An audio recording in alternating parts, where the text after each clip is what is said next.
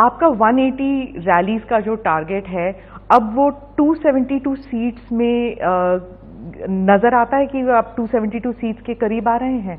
पहली बात है कि शायद वो 180 से भी रैलियां बढ़ जाएगी ऐसा लग रहा है, जिस प्रकार से मैं भ्रमण कर रहा हूं।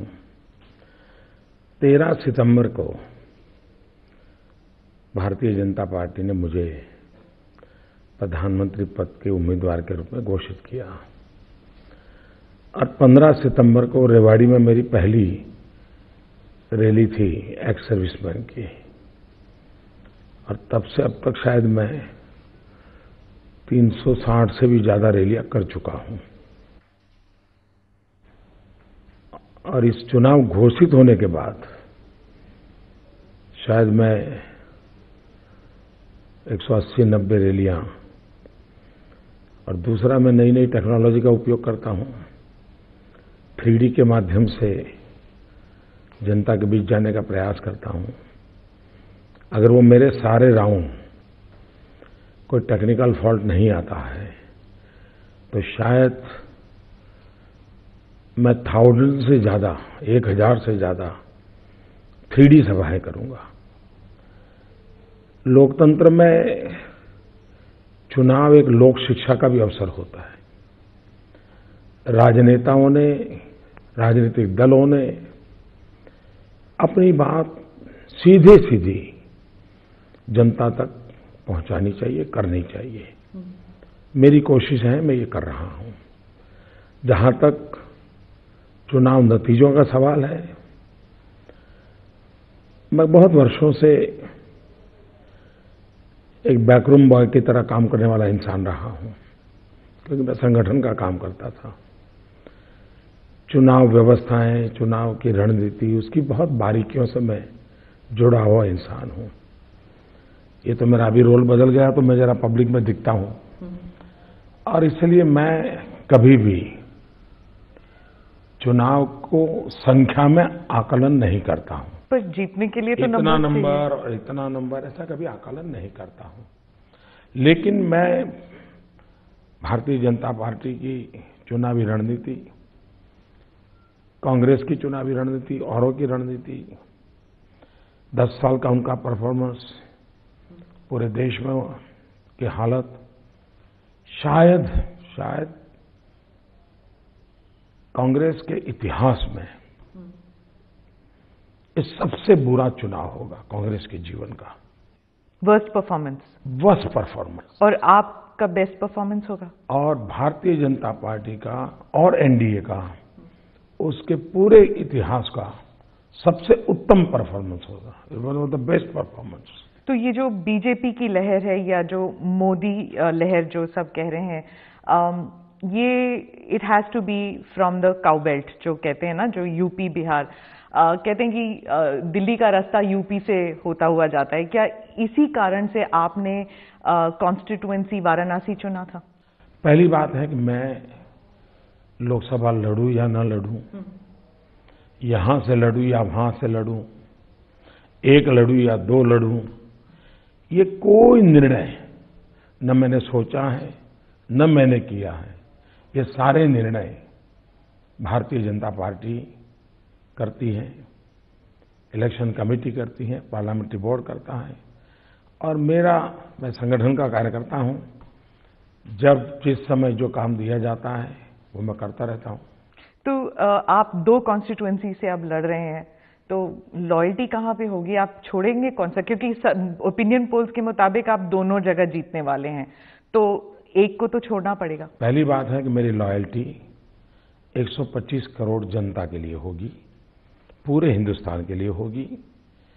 और दुनिया में कहीं हम रास्ते में जाते हैं और कोई पानी भी पिला देता है तो जीवन भर उस ऋण चुकाने की हमारी मन की इच्छा रहती है। पर गुजरात का तो ऋण आपने चुका दिया। मुझे जहां से भी प्यार मिलता है, जितना प्यार मिलता है, उसको सवाया गुण का करके वापस करना, ये मेरे संस्कार है। तो आपने गुजरात का ऋण तो चुका दिया, आपने वो संस्कार आपका तो हो गया, तो बड़ौदा वडोदरा को आप छोड़ देंगे? छोड़ना या रखना ये जनता के मिजाज पर निर्भर करेगा। अच्छा। मेरी पार्टी की रणनीति पर निर्भर करेगा। लेकिन चुनने के बाद मैं सबका रहता हूं, सबके लिए रहता हूं और सबके लिए काम आना, इसी प्रकृति से काम करता हूं। आप प्रधानमंत्री कैंडिडेट है, तो अगर आप कह रहे हैं कि बेस्ट परफॉर्मेंस होगी तो आप तो दिल्ली शिफ्ट हो जाएंगे, गुजरात किसके हाथ करेंगे आप? कोई न कोई भारतीय जनता पार्टी का कार्यकर्ता होगा। आपने अभी जीरो इन नहीं किया? मोदी नहीं कर सकता। भारतीय जनता पार्टी एक संगठन है, वहां चुने हुए विधायक हैं, वहां इलेक्शन कमेटी है, वहां पार्लियामेंट्री बोर्ड है, सेंट्रल लीडरशिप है, सब मिलकर के तय करते हैं आगे गुजरात को कैसे चलाया जाएगा। जी, मैं पिछले हफ्ते वाराणसी में थी और वहाँ के लोग और ओपिनियन पोल्स भी यही कहते हैं कि मोदी जी की जीत तो निश्चित है, बस मार्जिन के बारे में बात होती है। लेकिन वहाँ वाराणसी में जो मुस्लिम समुदाय हैं उनमें थोड़ा बहुत खौफ है, डर है कि अगर मोदी जी प्रधानमंत्री बनते हैं तो जो हिंदुत्व का एजेंडा है वो आपके कार्यकर्ता उन पर जबरदस्ती लागू करेंगे, तो उनका फियर्स जो है वो, इज इट लेजिटिमेट? पहली बात है, मैं बनारस में किसी को हराने के लिए नहीं जा रहा हूं। किसी को हराना ये मेरा मकसद नहीं है। मैं बनारस की जनता के दिलों को जीतने के लिए जा रहा हूं। मेरी प्राथमिकता है उनके दिलों को जीतना, और एक बार जैसे ही जाऊंगा, जैसे ही लोगों को मिलूंगा और जैसे ही वो मुझे रूबरू में जानेंगे, not through media, not through my opponents, सीधा सीधा जब मोदी को जानेंगे तो वो लोग मुझे इतना प्यार करेंगे, उतना प्यार करेंगे जितना शायद उन्होंने अब तक किसी राजनेता को नहीं किया होगा। पर आपके ओपोनेंट्स आपसे पहले वहां पहुंच गए हैं। Kejriwal ji has already reached Varanasi, और वो अपने आप को एक एनार्किस्ट कहते हैं, लेकिन वहां पे वो सीधा सीधा मोदी जी पर अटैक कर रहे हैं। तो आपका कैसे स्ट्रैटेजी या कैसे होगी आपकी वहां पर जब आप पहुंचेंगे? मैं नहीं जानता हिंदुस्तान में कोई ऐसा स्ट्रैटेजिस्ट होगा जो टीवी के सामने स्ट्रैटेजी बताए। बहुत से लोग ये भी कह रहे हैं कि लहर की वजह, या फिर यूपी में लहर की वजह ऑल्सो इज की ओल्ड गार्ड को साइडलाइन किया गया है और जो न्यू गार्ड है वो अग्रेसिव न्यू गार्ड आ गई है। मैं समझता नहीं ये गार्ड वार्ड क्या होता है। गार्ड तो शायद रेलवे में पीछे होते हैं। मेरे यहाँ तो सारे जो वरिष्ठ लोग हैं वो इंजन है जो चलाते हैं। वो अब सिर्फ गाइडिंग फैक्टर हो गए हैं, जो अडवाणी जी हो गए, मुरली मनोहर जोशी जी हो गए, ये सिर्फ गाइड रह के गए। जो असली काम जो है वो सेकंड जनरेशन लीडर्स ने टेक ओवर कर लिया है। टेक ओवर वगैरह होता नहीं है, लेकिन ये सही है कि उन्हीं के गाइडेंस में करते हैं। अपने अपने उम्र से, अपने अपने क्षेत्र के हिसाब से लोग काम करते हैं, लेकिन मार्गदर्शन तपे तपाए नेतृत्व के पास ही है, वरिष्ठ नेतृत्व के पास ही है, मार्गदर्शन भी उन्हीं का है। जी, ये मोदी लहर हमने we talked about it in North India, लेकिन दक्षिण में वो लहर वो इतना असर नहीं दिखा रहा अभी। क्या देयर वाज अ प्रॉब्लम कि आपने प्री पोल अलायंसेस शायद उसमें गलती कर दी, इसलिए वो लहर नहीं हो पा रहा जैसे नॉर्थ इंडिया में हुआ है? पहली बात यह है कि हमारे देश में एक परसेप्शन प्रोसेस इतना लंबा चलता है और लोगों को उसमें से बाहर उभरते उभरते शायद उनकी जिंदगी पूरी हो जाती है। हमारे देश में एक गलत परसेप्शन बना हुआ है और मैं चाहूंगा कि पॉलिटिकल पंडित, मीडिया के लोग अब ये पुराने घिसे पिटी सोच से बाहर निकले। जैसे जनसंघ में कहा जाता था उस जमाने में कि बनिया ब्राह्मण की पार्टी है, कभी कहा जाता था एक काउ बेल्ट की पार्टी है, कभी कहा जाता था ये हिंदी बेल्ट की पार्टी है, कभी कहा जाता था ये शहरी पार्टी है। ये सारी चीजें जिनके दिमाग जो नया पढ़ते नहीं है, सोचते नहीं है, वही पुरानी लाइब्रेरी से चीजें निकाल के घूमते रहते हैं। क्यों हुआ? बिकॉज सीट की वजह से ना, सीट एलोकेशन वही थी। मैं अपना पूरा कर लूं। जी जी जी। आप अगर देखेंगे एनालिसिस, गुजरात हिंदी भाषी प्रांत नहीं है, 25 साल से हमारी सरकार है। गोवा हिंदी भाषी नहीं है, हमारी सरकार है। कर्नाटक साउथ में हमारी सरकार है। उड़ीसा में हम सरकार में पार्टनर थे। तमिलनाडु, आंध्र में किसी जमाने में हम पार्टनर थे।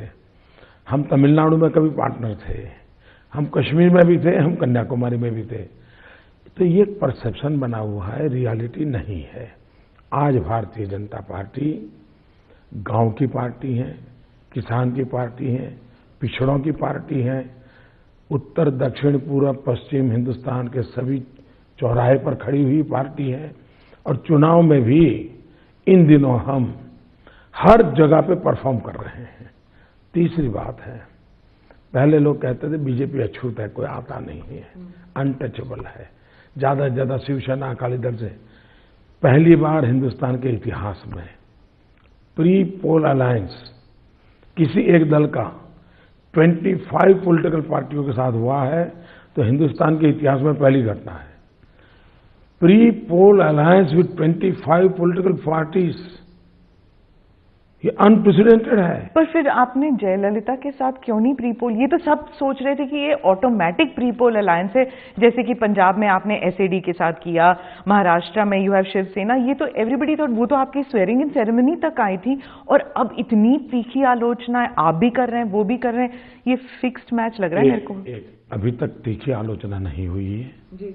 और लोकतंत्र में हर किसी को अपनी बात अपनी जुबान से, अपने तरीके से बताने का हक होता है जी।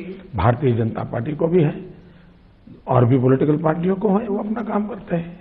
नहीं, पर आपके तो you had very good personal relations also with Jayalalithaa, और वो तो आपकी स्वेरिंग इन सेरेमनी, जैसे मैंने कहा। फिर उनको वो कल के स्पीच पे देख लीजिए, इतनी स्ट्रांग स्पीच कि आपको हर हालत में हराना है, और आपने कहा एआईएमआईएम को हर हालत में हराना है।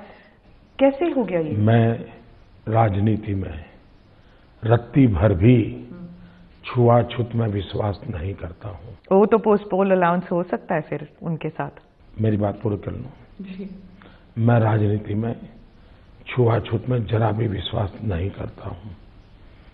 हमारे कितने ही गौर विरोधी क्यों न हो, व्यक्तिगत स्तर पर मित्रता ये लोकतंत्र की ब्यूटी है। वैचारिक धरातल पर विरोध हो सकता है। अब आपने देखा होगा शरद पवार मेरी तीखी से तीखी आलोचना करते हैं। मैं भी राजनीतिक स्तर पर बहुत तीखी आलोचना करता हूं, लेकिन व्यक्तिगत तौर पर मेरे उनसे बहुत अच्छे संबंध हैं। वो भी नहीं नकारते हैं, मैं भी नहीं नकारता हूं। जयललिता जी के साथ मेरे उतने ही अच्छे संबंध हैं, न वो मैं नकारते हैं और न मैं नकारता हूं। इवन इन कांग्रेस इतने दिग्गज लोग हैं जिनका मेरा इतना प्रेम और स्नेहपूर्ण संबंध है। लोकतंत्र कोई दुश्मनी थोड़ी होती है, प्रतिस्पर्धा होती है और वैचारिक एक आंदोलन होते हैं। और इसलिए छुआछूत की राजनीति कभी भी लोकतंत्र को बल नहीं देती है। आंध्र प्रदेश में अभी तक आप टीडीपी के साथ हैं, लेकिन आप जगन के साथ, टीआरएस के साथ भी अलायंस कर सकते हैं वैचारिक। I mean none of them are political untouchables BJP के लिए। मैं मानता हूं कि आपका जो सॉफ्टवेयर है ना, वो कुछ और काम कर रहा है। मैं सोच रही हूं मैं कुछ और बोल रहा हूँ। अच्छा, ठीक है। चलिए, अलायंसेस से हट जाते हैं, कैंपेन की तरफ आते हैं।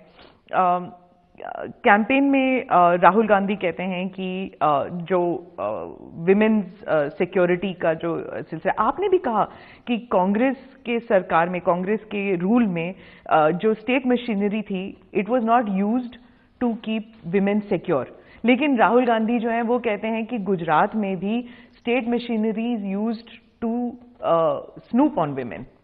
तो पहली बात यह है कि देश में क्राइम अगेंस्ट विमेन, इसका अगर रिकॉर्ड देखा जाए तो देश में जो पहले 10 राज्य हैं जहां सर्वाधिक महिलाओं पर जुल्म हो रहे हैं, क्राइम हो रहे हैं, उनके साथ यातनाएं बढ़ रही हैं, पहले 10 में 7 राज्य कांग्रेस पार्टी रूल स्टेट है, 10 में से 7, और 3 यूपीए के पार्टनर स्टेट हैं।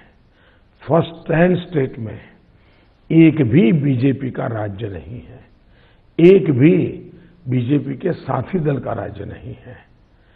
ये क्राइम अगेंस्ट विमेन के संबंध में भारतीय जनता पार्टी का बहुत ही संतोष देने वाला रिकॉर्ड है। तो जब आपकी सरकार आएगी तो is it going to be a priority issue? Number 1। Number 2, हमारे देश में महिला के खिलाफ जो क्राइम है वो किसी एक परिवार, एक व्यक्ति तक सीमित विषय नहीं है, पूरी मानव जात के सामने कलंक का विषय है। न ही हिंदुस्तान में, न ही किसी राज्य में, अंतर्राष्ट्रीय जगत में भारत की छवि को धूमिल करने वाली बातें हैं। इसलिए एक देश के नाते, एक समाज के नाते, एक सरकार के नाते हमें और अधिक संवेदनशील होने की जरूरत है। मोदी गवर्नमेंट है, उसको भी जो होने की जरूरत है। ये विषय ऐसा है जिसको राजनीतिक छींटाकशी से दूर रखना चाहिए। विमेन डिग्निटी ये हमारी प्रायोरिटी होनी चाहिए। न मुझे इसके विषय में कांग्रेस को गाली गलौज करना चाहिए, न ही मुझे राहुल गांधी को गाली गलौज करना चाहिए, क्योंकि मैं मानता हूं हम तो हमारी राजनीति करते रहेंगे, लेकिन प्रताड़ित हमारी माताएं बहनें होती हैं, उनकी बेइज्जती होती है। भगवान की खातिर मैं सबको कहता हूं।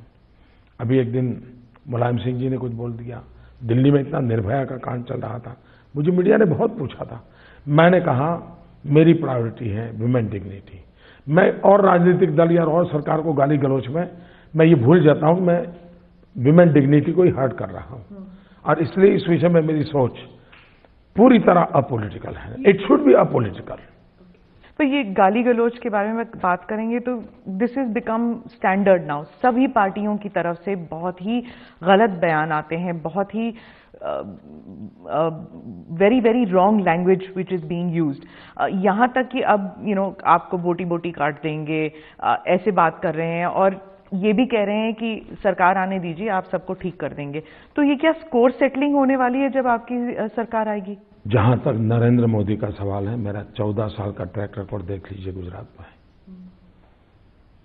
मैं, जनता ने मुझे सरकार हिसाब चुकता करने के लिए नहीं बनाती है। जनता मुझे किसी का बुरा करने के लिए लोग चुन करके नहीं भेजते हैं। सरकार की प्रायोरिटी होती है हो सके उतना सबसे ज्यादा से ज्यादा सबका भला करना, सबका कल्याण करना। और अगर हम यही करते रहेंगे तो हम अच्छा काम कर ही नहीं पाएंगे। और मुझे तो भगवान ने एक अच्छा सॉफ्टवेयर बना के दिया है कि जिसमें इस प्रकार की नेगेटिविटी को कोई प्लेस ही नहीं होता है। मैं पागल की तरह पॉजिटिव काम में लगा रहता हूं। फिर आपने कहा है ना कि you will put behind bars जिन्होंने भी गलत काम किए हैं, वो तो आपने कहा है, पर सुब्रमण्य स्वामी ने कहा है कि स्पेशल कोर्ट्स होंगी, मोदी की स्पेशल कोर्ट। बहुत अच्छा सवाल पूछा आपने जी, बहुत अच्छा सवाल पूछा।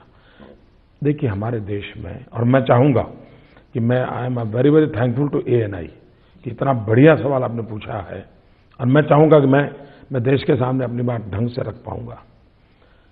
देखिए हमारे देश में राजनीति का अपराधीकरण ये बहुत बड़ी चिंता का विषय है, और ये चिंता हर नागरिक की है, हर दल की होनी चाहिए, हर नेता की होनी चाहिए। इसको बीजेपी अदर पार्टियां, ये विषय नहीं है। राजनीति का अपराधीकरण एक चिंता का विषय है। शुरू में क्या हुआ, हमारे देश में जो neतृत्व आया वो आजादी के आंदोलन में से उभर करके आया, उसके बाद समाज सेवा में से आया, उसके बाद जातिवाद की तरफ नेतृत्व चला गया, धीरे धीरे धीरे करके बंदूक की नोक से लीडरशिप पैदा होने लग गई, बहुत बड़ा डिटोरिएशन हुआ। ये बड़ी चिंता का विषय है। सवाल मेरा ये राजनेता वो राजनेता, ये दल वो दल है ही नहीं। बंदूक की नेता, क्रिमिनलाइजेशन, क्रिमिनल नेता ही, क्योंकि पहले क्या हुआ, राजनीतिक दल क्रिमिनल पीपल की मदद लेकर के अपनी चुनावी राजनीति करते थे। लेकिन अब क्रिमिनल आ गए। लेकिन क्रिमिनल खुद को लगा कि मैं मदद क्यों करूं, मैं ही खुद ना करूं, तो धीरे धीरे वो हाल बनने लगा। भले इसका प्रमाण 5%, 10%, 2%, 3% उसमें वेरिएशन, लेकिन ये चिंताजनक विषय तो है। अब उसका उपाय क्या? एक तो होता है कि पॉलिटिकल पार्टियां हिम्मत करके टिकट न दें, एक तो ये उपाय होता है। लेकिन अब आज वो स्थिति अभी आई नहीं है, टू बी वेरी फ्रैंक नहीं आई है। तो क्या ऐसे ही चलने देना चाहिए क्या? किसी ने जिम्मेवारी लेनी चाहिए नहीं? मैंने मन में ठान ली है कि इस बार जो भी एमएलए चुन करके बैठे हुए हैं, जो भी एमपी चुन करके बैठे हुए हैं, किसी भी दल के क्यों ना हो, भारतीय जनता पार्टी के होंगे तो भी, जिन पर ऑलरेडी केसेस दर्ज हुए हैं, सुप्रीम कोर्ट को मैं रिक्वेस्ट करूंगा कि इन सब के लिए स्पेशल कोर्ट तय करे और ये जितने इनके क्रिमिनल केसेस हैं इसका जजमेंट 1 साल में दे दे, ताकि एक बार अगर जो गुनहगार होगा और गुनाह सिद्ध हो जाएगा तो जेल चला जाएगा, तो उसकी सीट खाली हो जाएगी, तो नॉन क्रिमिनल व्यक्ति उस सीट को भरेगा। ऐसा करने से पॉलिटिक्स में क्रिमिनल जो लेयर आया है वो हट जाएगा। इसके लिए आप कंसेंसस करने की कोशिश करेंगे, पार्लियामेंट के थ्रू करेंगे कि सीधा? पहली बात है, आइडिया है अभी नहीं, हर पार्टी बोलती है। हाँ। हर पार्टी बोलती है, कोई करता नहीं है। बोलते सब है, कोई विरोध नहीं करता है, कोई करते नहीं है। मैं करना चाहता हूं और मुझे अभी ये रास्ता सूझता है, कोई अच्छा रास्ता कोई लोग सुझाएंगे तो मैं उसको भी सोचूंगा। लेकिन मेरी इस बात से इसको पॉलिटिक्स मत देंगे, ये वो विषय नहीं है किसी को जेल में डाल देना। ये विषय ये है कि मान लीजिए मोदी पर 4 FIR है, मान लीजिए 144 धारा की है, लेकिन है तो सही, तो भाई 1 साल के अंदर वो पूरा हो जाना चाहिए, ये मेरा कहना है। ये वो विंडिक्टिव वाला मामला नहीं है, नए नए केस खोलना, फाइलें चलानी, CBI को डाल देना, उसकी बेचारे की नींद खराब कर देना, ये पाप मैं करना नहीं चाहता हूं। मैं चाहता हूं भारत की इंस्टीट्यूशंस की क्रेडिबिलिटी बढ़े, संवैधानिक संस्थाओं का इज्जत बढ़े। अगर देश multiple pillars of the constitutional institutions इस पर खड़ा होगा तो देश बहुत ताकतवर बनेगा।